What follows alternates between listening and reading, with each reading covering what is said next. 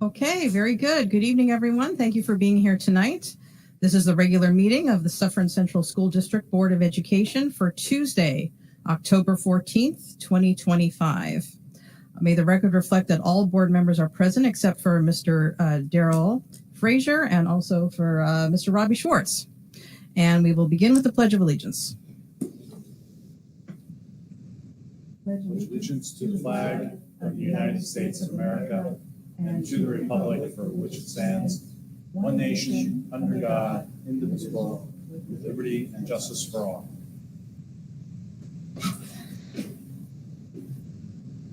Okay, Joy, looks like you're up today for our student report.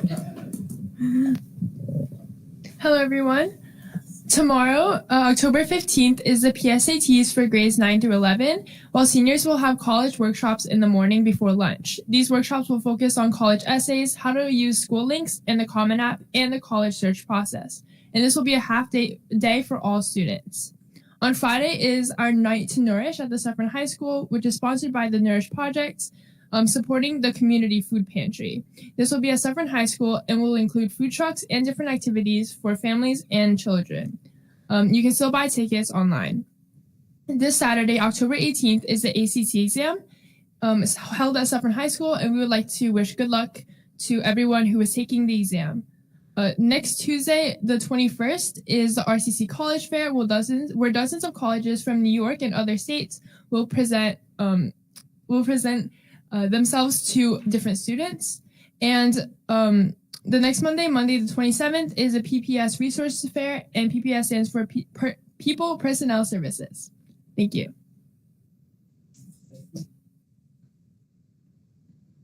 Thank you so much. Good luck to everybody who's taking exams this week. We're now going to move on to item 1.05, which is the minutes of the regular meeting of September 30th, 2025. Has everyone had an opportunity to review the minutes? Do I have a motion to approve the minutes? Mrs. Hodge, second. Mr. Donnelly, all in favor signify by saying aye. Aye. Anyone opposed? Any abstentions? Okay, very well. Superintendent's comments. Thank you very much. Good evening, everyone. Thank you for being here. I'm going to have a presentation in a few minutes on our new Blueprint for Excellence, our strategic plan for the district.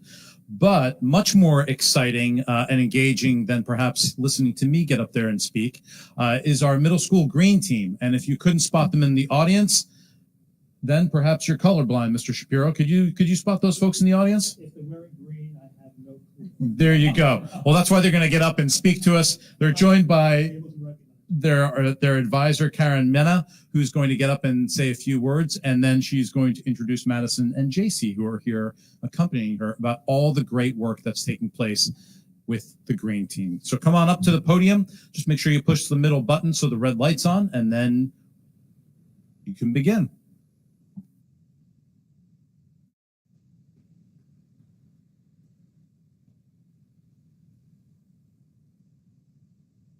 Thank you. Thanks.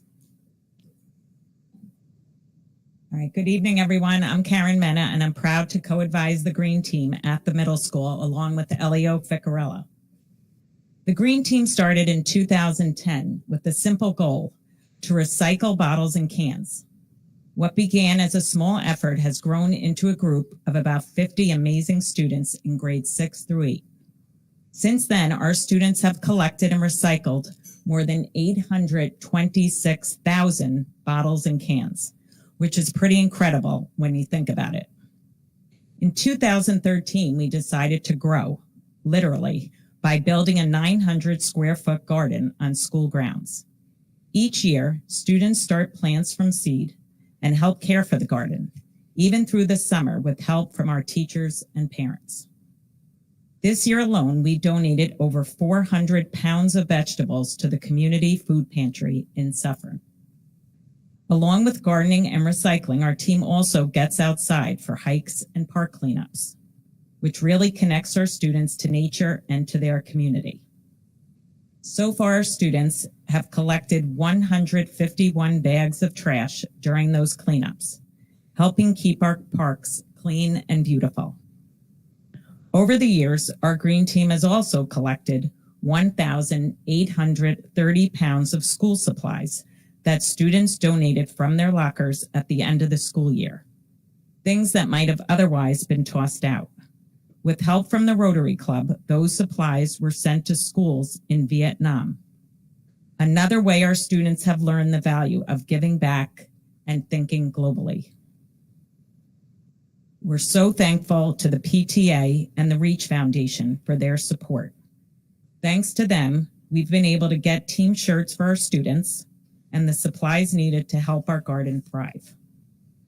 And now I'd like to introduce two of our Green Team members, JC Munoz and Madison Rosado, who are wonderful young leaders and will share what being part of the Green Team has meant to them. Thank you.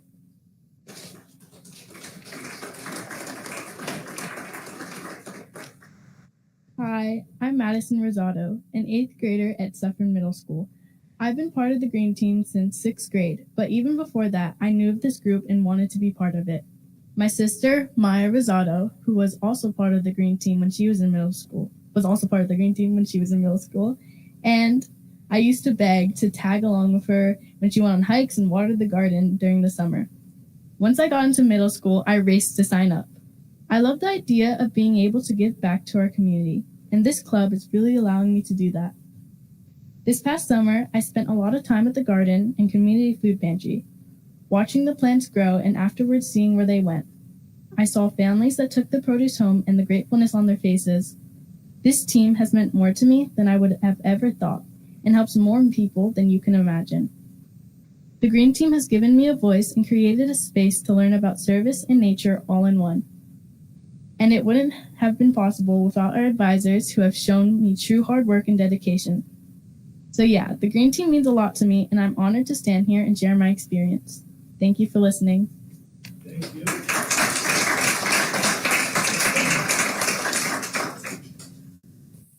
Hi everyone, I hope your evening is going well. My name is JC Munoz and I'm a member of the Suffern Middle School Green Team. I've been a part of the Green Team since 6th grade.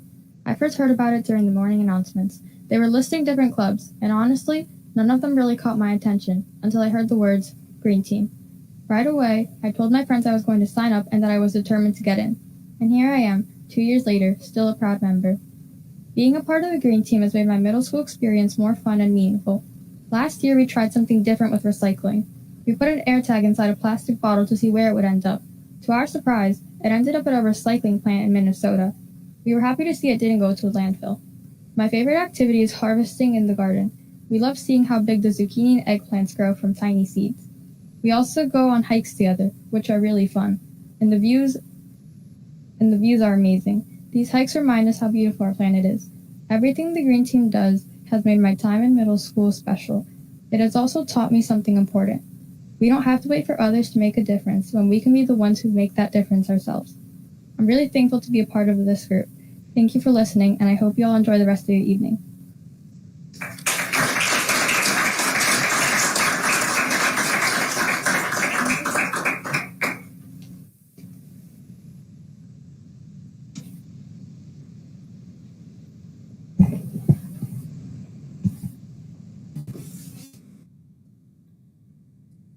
So Madison, JC, thank you so much for coming and presenting us with your personal testament about why the Green Team is important to you. And clearly the statistics that are up on the board behind me really do speak for themselves.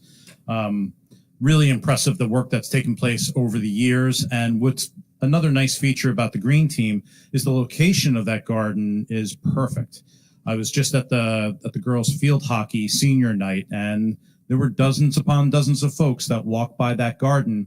And I know that many of those individuals comment on the garden, admire it, especially in the summer months when the plants are really growing a lot and producing a lot of vegetables. So you're really making a nice impact. And the other wonderful connection that you stated a few minutes ago is other community partners of ours. And we're going to be talking about that in the blueprint presentation in a few minutes, but community is going to be an increasing part of what we do here in Suffern. And your connection with Community Food Pantry is phenomenal. I mean, look at the amount of produce that you contribute to folks in need in your community. It's absolutely astounding. And then the other organization that you mentioned is the Rotary. And there are some board members here that are members of our local Rotaries, myself included. And we really appreciate the connection that you have with Rotary as well. So the two of you and the other students in your club are really a testament to what it means to give back to your community as early as middle school. So thank you so much for coming and presenting for us today. Thank you. Thank you.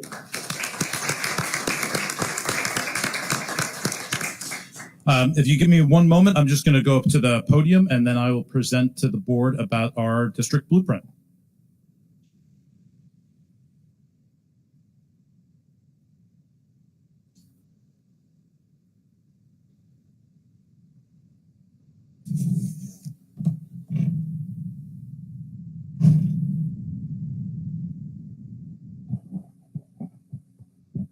All right, good evening, everyone. It's not too often I present from up here. It's a little bit of a different vantage point. The strategic plan is something that our district is engaged in for many years. And when I first came here to Suffern a little bit over 4 years ago now, the district had just adopted a 5-year strategic plan that had come to its close at the end of last year.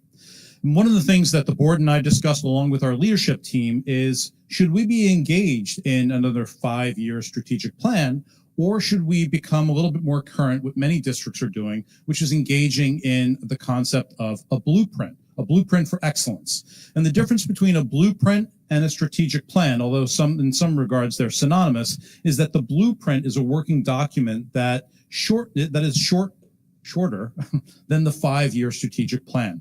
By the time our district reached year 4 and year 5, some of the priorities that we had in our old strategic plan we found to be somewhat outdated, or we had absolutely accomplished them already, and we were looking for what was coming up next. So when it came time to engage in a new strategic plan, we decided to shift to the idea of a blueprint, which is a 2-year working blueprint on where we want to go as a district that continually evolves over those 2 years. And every 2 years, we stop completely, reevaluate the entire blueprint, and develop a new one so that we are constantly staying ahead of the curve and looking to what is next for the district. So I'm going to take just a few minutes to go ahead and review the work that we've done here with regards to our blueprint, and then I'm happy to take any questions from the board. So the process and the overview of our blueprint is that we certainly involved our school community. The thought exchange that was issued in May of 2025 to our community received over 700 comments from members of our community, and that include parents, students, staff, perhaps some board members, I know certainly some administrators, but it really solicited a large number of folks from our community to share what they really thought they were proud of with regards to Suffern Central, and also what we should be doing better or more of, or something maybe that we hadn't been paying attention to at all. We certainly engaged a variety of different teams defining the priorities that I'm going to review in a few moments. In July, after we solicited all that feedback from our thought exchange survey to the community, we had opportunities with our Board of Education as well as our leadership team to draft mission, vision, and core values during that period of time based on the feedback that we received from the community. And then in August, we had in this very room 75 folks from our school community gather to talk about what our vision, mission, and core values should be, as well as what should be our priority areas. What are, in this case, the 3 main buckets that we need to be focusing on in our blueprint to move us forward as a school district. That took place in August. So then we started facilitating some action planning. Our district administrative team got together with some staff members as well to develop action plans that specifically identified how we were going to address each of our 3 main priority areas. And then finally, right now here in September and October, we've been revising, tweaking, massaging the little details to the point now where we're ready to share the results of the blueprint, what it looks like with not only the Board of Education, but our constituents in the community as well. And as I had mentioned before, this is going to be an ongoing and evolving process throughout not just this first year and next year, but also we envision renewing a blueprint at the end of the 2 years. So Here's the actual work and the results of the portion of the blueprint. Who we are.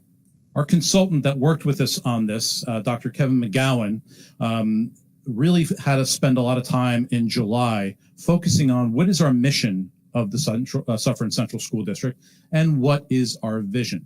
And for those of you that have been in this school community for quite some time, you're going to see some real aspects of this vision and mission statement that harken into, especially that tagline that Suffern has been very proud of for quite some time, educating for personal excellence. You can see the tagline on the banner in the corner there, right? It's something that really resonates with our community.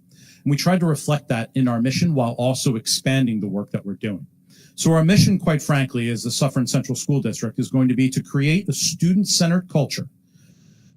A student-centered culture that encourages students to become the best versions of themselves while also contributing to their community.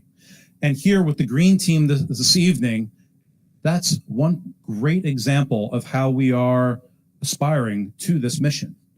We're student-centered. We put students at the center of this presentation here this evening to talk about the work that they are doing, that they're shaping themselves. We're creating student leaders, and they are becoming the best versions of themselves. They still have many years to go when they eventually move up to Suffern High School, but we're tailoring their educational program so that we can make sure that they are getting what they need to be the best version of themselves. And then, of course, while also contributing to our community. And the young ladies here talked about two aspects of the community involvement that they've already been involved in, but that's our mission as a school district. To be focused on our students, to encourage them and give them the tools necessary to become the best versions of themselves, and also recognize that it's not just about themselves, it's about giving back to their community. And so our vision helps us do this. And essentially what we're saying as a school district is that we are leaders in creating a safe, welcoming, supportive, and academically rigorous environment where our students achieve personal excellence and inspire one another. Additionally, this evening, I'm sure that the students that are on the green team are inspiring each other every day that they're working together. They're coming up with ideas, sharing ideas, motivating one another, and so on and so forth. And for many of us that have been here for just a couple of years or perhaps a couple of decades, we know that what the Suffern Central School District is really focused on is first and foremost making sure our students are safe. We've had many years of emphasizing the need, whether it's within our curriculum or whether students walk into our buildings, and how they feel is that they feel welcomed and that they're being supported by a wide variety of opportunities that we have here for people to assist our students, and that we're making sure that we are ensuring that our students have academically rigorous coursework as well. We have not necessarily accomplished our mission or our vision, but we are certainly aspiring to those. I believe that we are well on our way, but we still have work to do. So one of the other aspects of our work in July really focused on the 4 C's. What are our core values that we really took from our community contributions back from that thought exchange? And ironically, when we received all this information, we had a long list of core values, 10 different core values. And we said, nobody in the world, especially the superintendent, is not going to be able to remember 10 different core values. We need to get it down and simplify it a little bit and bring it to something that we can all understand and recall. So we started looking at the core values that we were developing, and it really came down to 4 words that all happened to start with the letter C. What's really important to us as a school district? What can we say that we believe in and that's important for our students? Number 1, commitment. Our staff was adamant that we needed to talk about the level of commitment that we need to have from students, as well as our staff and our administration and our community. We need to make sure that our students are dedicating themselves to academic, personal, or community improvement with perseverance and passion. Number 2, community. We've seen community mentioned a few times right now, placing an importance on the needs and well-being, not just of yourself, but of your whole community. And how do you foster a sense of belonging and a shaping of our culture? Something that Suffern Central is very proud of. Compassion. We use the term welcoming, making sure that students feel a sense of belonging. We've been talking about that for years now. So how can we develop compassion within our students? And we all know when we look at the news these days, the world is not necessarily a compassionate place anymore. And more folks are falling victim to not being compassionate. And we're committed as a school district to make sure that we are ensuring that students are kind and open to the perspectives of others and the feelings of others, and that they are respectful and welcoming in those interactions. And then finally, character, right? What do you do when no one is watching? You do the right thing, guided by strong moral and ethical integrity.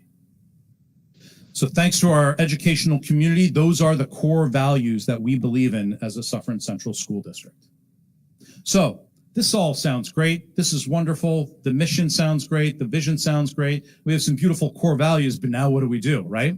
So that's where our community came back together in August, and the 75 folks that worked in this room really broke down what our priority areas needed to be. And those priority areas, as I mentioned before, fall into three main buckets, things that are resonating with folks in our community. Number one, our first priority needs to be promoting rigorous teaching and learning. And so the group of 75 parents, staff members, and students, by the way, in this room in August, really talked about shaping the goal of what that priority area needed to be. So we're going to prepare our students over these 2 years for future success by fostering rigorous, engaging instruction that promotes student collaboration, ownership, and inquiry-based learning. All things, by the way, that tie back into that vision and mission statement. The second big priority. It's great to go ahead and have rigorous instruction in the classroom, but we all know that you need to be able to do something with that rigorous instruction, that knowledge that you gain. And how are we going to help foster learning beyond the classroom? And so therefore, we're going to create access to robust community partnerships. We talked a little bit about partnerships earlier this evening that provide students with curriculum-aligned experiential learning opportunities that connect their skills to real-world needs. How can we ensure that when a student leaves high school, particularly Suffern High School, that they're going to be ready for their next move, if that's college, and if their next move is going to be the world of work, how are we going to give them the tools and skills and credentials that are necessary for them to get a well-paying job right out of high school? The third big bucket, the third priority is operational excellence. These are all the things that folks in the community, myself included, been bothering us over a period of time. How can we go ahead and provide clear, accessible systems that keep every family member, maybe not family member, every family informed and engaged while providing facilities and technology that ensure safe, modern, and connected school communities? All areas that are room for growth that I'll dive into in a little bit more detail in just a moment. But these are our three main priority areas that I think are digestible. Folks can understand those three priorities. There are clear goals that are associated with them. And now the real work comes down to what are we going to do to achieve those goals? So let's start off with the first one. And I'm not going to go ahead and read every item in there. And I'll talk at the end of the presentation about how you can access this full blueprint and how you can dive in deeper into what we've done here as a school community. So number one, under the rigorous teaching and learning aspect and the goal that I had mentioned before, there are three main action categories. Engaging curriculum. So essentially what we're going to be doing over these next 2 years is evaluating our entire curriculum. What's important to our students? Is our current curriculum or our current course offerings, particularly at the middle school and the high school, really going to be preparing students for what they need after they graduate from Suffern Central? Enrichment and advancement. We've heard some very constructive criticism recently about how we need to improve our enrichment programs, particularly at the elementary school and the middle schools. High schools have AP programs, they have 3-year scientific research courses and programs, all these things for high achieving students, but what can we do more of at the elementary and at the middle school levels? So how can we evaluate our current practices, and how can we evaluate all of our levels of coursework to provide students, all students, with really solid enrichment opportunities, and how can they advance? And then, of course, We have students with a wider variety of needs than ever here in the Suffern Central School District. In a couple of weeks, Dr. McCahill is going to be talking to all of you about how we are doing academically in our district. And there are students that are truly struggling. Whether those students have been here for a long time in the Suffern Central School District, or whether they are coming from another country recently and they are struggling in shifting to the American education system, those students are all our students, and they all need our help, and they need essential skill development. So how are we identifying those students? How are we giving them enough support, but not too much support, just enough for them to take it upon themselves to advance and become more and more proficient? So we're going to be talking about how we can utilize that and how we can utilize AI, artificial intelligence, for all students to help support their learning goals. The second big bucket that we talked about, learning beyond the classroom. So how are we going to expand that learning and not just focus on what takes place within the classroom? So some three subtopics for these action steps here. Creating a variety of opportunities and activities for our students. We do great things, but in pockets in our district with regards to inviting in community partners.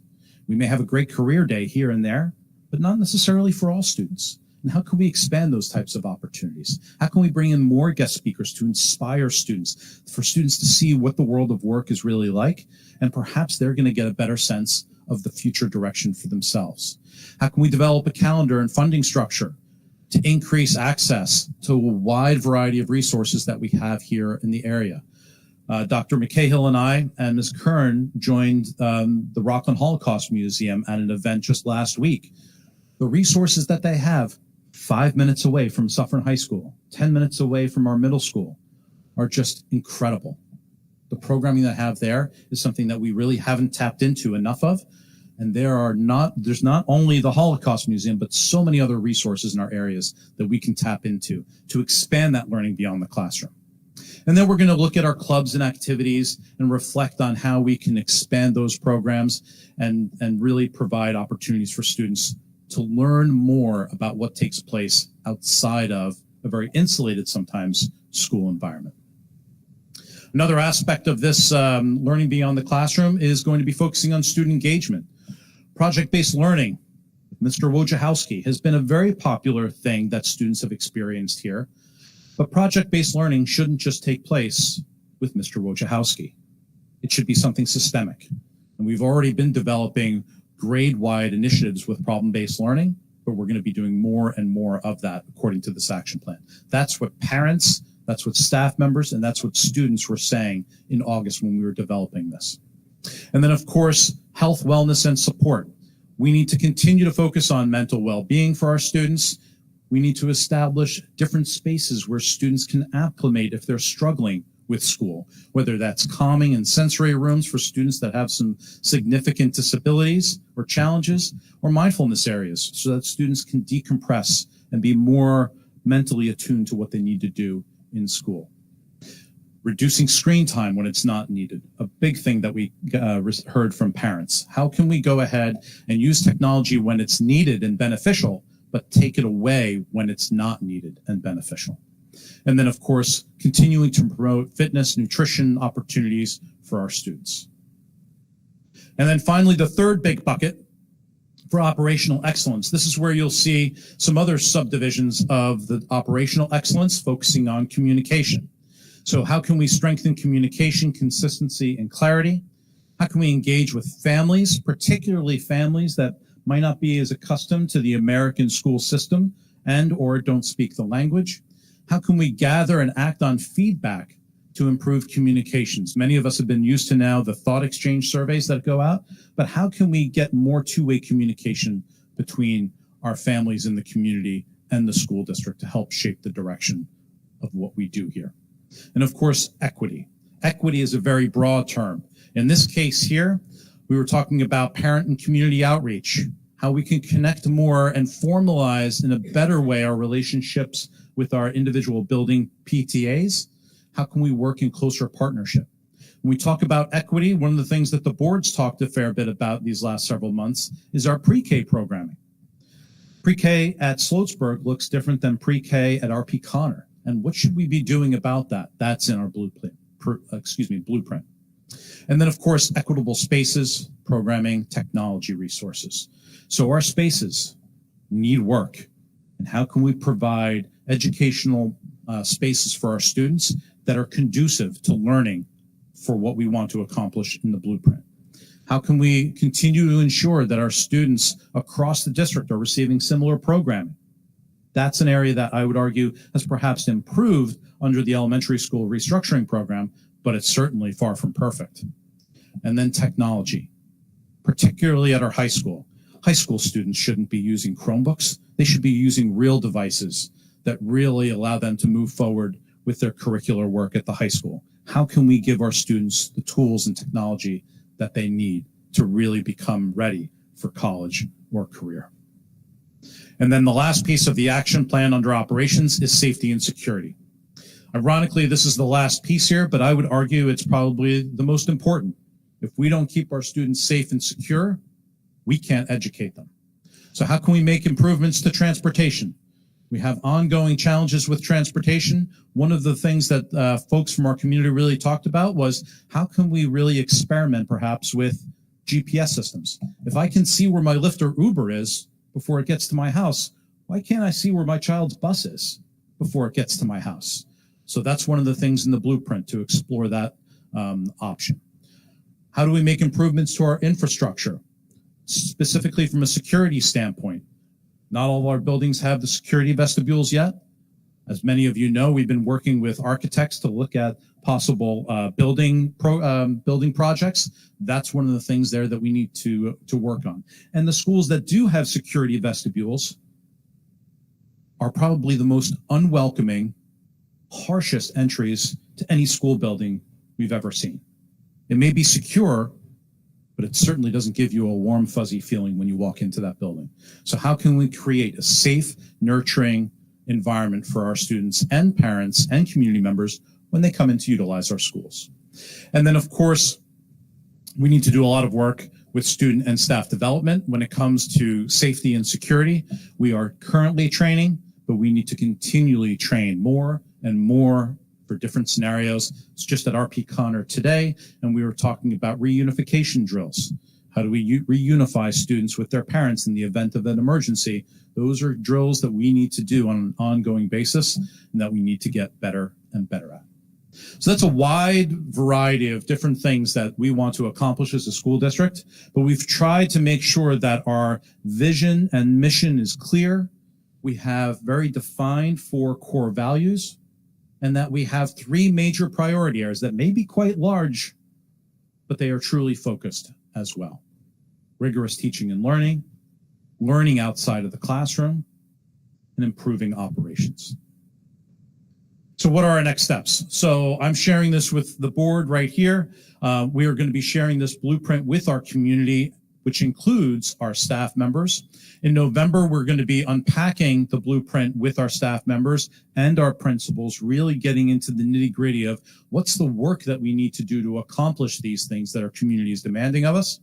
And then in February and May, you can see that we are going to be building budgets for next year based on what we need to do for the following year to address these needs.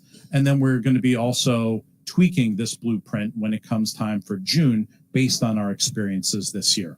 And then next year will be an implementation year of a lot of the work that we do. And at the end of that year, that's when we go into a blueprint phase 2 or 2.0 or whatever we want to call it. How can we continue to do work in a quicker version than a 5-year strategic plan? So I want to thank all the folks, the 75 to 80 individuals who really took a great deal of time out of their days over the summer and in the spring and in the fall now, whether it's our Board of Education that not only met here at board meetings, but interacted quite a bit with me and also came in on some special board meeting days back in July to talk about this. our blueprint team, you'll see the long list of parents and students and some staff members in that blueprint team that came in August. And then, of course, our leadership team also off to the right. Those are the folks that are really going to be developing the detailed action plans and working with our teachers and staff to truly make a positive difference for our students. I'm going to encourage you. I had a hyperlink on where I have underlined blueprint, but I don't have the mechanism right here to click on it. But everybody here knows where our website is, right? SuffernCentral.org. If you go to SuffernCentral.org, right there on the home page, scroll down a little bit, you're going to see a nice little graphic that says Blueprint for Excellence. Click on that. You'll be able to see the entire blueprint, the PDF version of the blueprint. And then you'll also be able to see some more concise graphics and concise information as it pertains to our blueprint as well. So I encourage all of you to go ahead and check that out. We'll certainly be promoting this on social media and in all of our communications to families as well. And of course, my final slide, I love this slide here. One of the, this is last year's, part of last year's graduating class of students from Suffern Central. And it happened to be the students, I think at Viola, wasn't it? Was that at Viola? Those were the Viola graduates when they went back to their old playground. You can see the smile there, right? Of course, a tremendous amount of pride having graduated from Viola Elementary School. When you look at those smiles and those students ready to go on to their next chapter after Suffern High School, that's what we're doing this work for. We're doing it for 13 years plus of students in our Suffern Central School District. And I say 13 years plus because, of course, we have kindergarten, and then we also have our pre-K kiddos. So some really special kids that we need to get better and better at as a school district. Any questions from board members?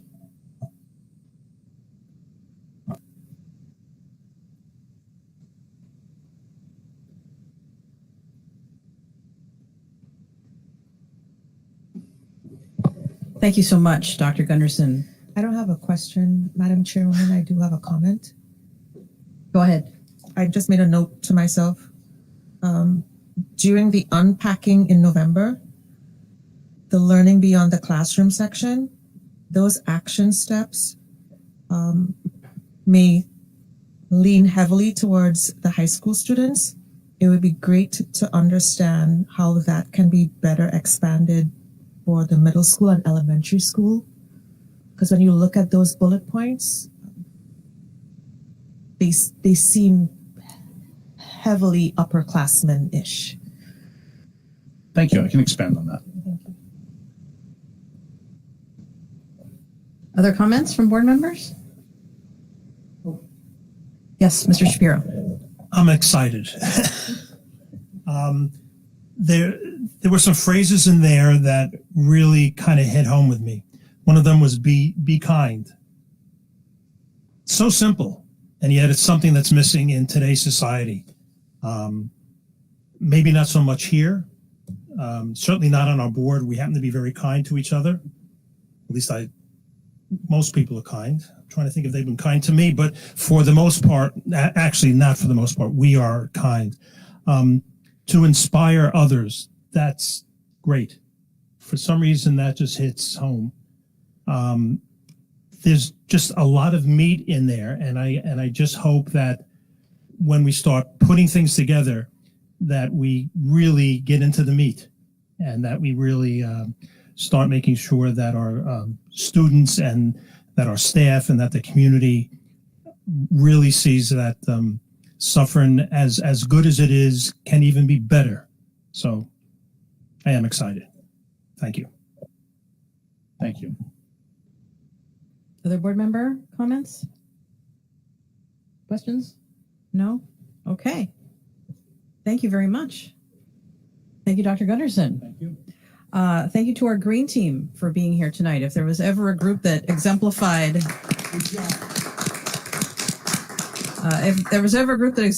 commitment, community, compassion, and character, it's definitely you. I've seen that garden many times driving through the middle school. That is not a big garden, and we are not a big school district, and the green team is not a huge group, and it is truly amazing what you have been able to accomplish as far as food donations, gathering supplies that would otherwise be thrown out and sending them overseas where they can do a lot of benefit. So thank you so much for all the time that you put in to making your garden grow and making our school district grow and better that it can be. And thank you for being here tonight. Thank you to everyone in the community, from board members, community members, administrators, teachers who participated in all the blueprint discussions. As you can see, although we all are here because we support public education, that means a lot of things to a lot of different people, and everyone has different priorities. So I'm glad that as many people as wanted to were able to express themselves and be considered for putting this blueprint together. And thank you, Dr. Gunderson, for that presentation. That was very detailed. Any other comments? Thus concludes my superintendent's report. Well Okay, excellent. Thank you. All right, we're going to move on to our first public participation section. This is on action items only. Action items are on our agenda tonight at 2.01 through 2.14. Is there anyone from the public here to speak on an action item only? Okay, looks like not. So we're going to close that portion of the meeting and move on to our action items. Prior to asking for a consent agenda, are there any items that any board member would like to pull? No? Okay, great. Do I have a motion for a consent agenda to approve action items 2.01 through 2.14? Mr. Donnelly, second. Mr. Shapiro, all in favor signify by saying aye. Aye. Anyone opposed? Any abstentions? Okay, very well. We're going to move to our second public participation section. This is on any district-related business. If you're here to speak about any district-related business, please approach the lectern. Please keep your remarks to 3 minutes or less. And please do not mention anyone in the district by name, whether it's teacher, staff, or student. Is there anybody who is here to speak on any district-related business tonight? Okay, looks like not. So we're going to close that portion of the meeting and move on to board member comments. Do any board members have any comments tonight? Yes, Ms. Bryan. And it's in relation to item 2.14. Just want to commend the volleyball team, volleyball girls club, to put in that application. I went over the audit to make sure that they were not already on there, and it seemed that they were not. So kudos to them for putting in this request. It was only the boys. Okay, very well. And we hope they have a great season. Yes. Any other board member comments? Mr. Shapiro. Yes, just to kind of piggyback on that, I hope that the community didn't forget that in 2014, 11 years ago, Suffern's girls volleyball team were the New York State champs. So I just want everyone to kind of remember that, and to see this come up now, to get more girls involved and to get the community involved. I think it's a great thing, because to be a state champ in volleyball is extremely tough. And if you want to see women's college volleyball, it's great. So whenever you see it on, if anyone is ever surfing through their TVs and all of a sudden you see women's college volleyball, watch it for about 5 minutes, and you're going to see some athletes who are just so well trained and are so super in their sport. Thank you.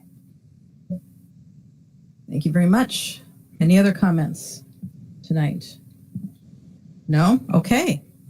All right. Well, then we're going to move to superintendent's closing comments. Not to dominate the conversation this evening, but I do have a few other comments.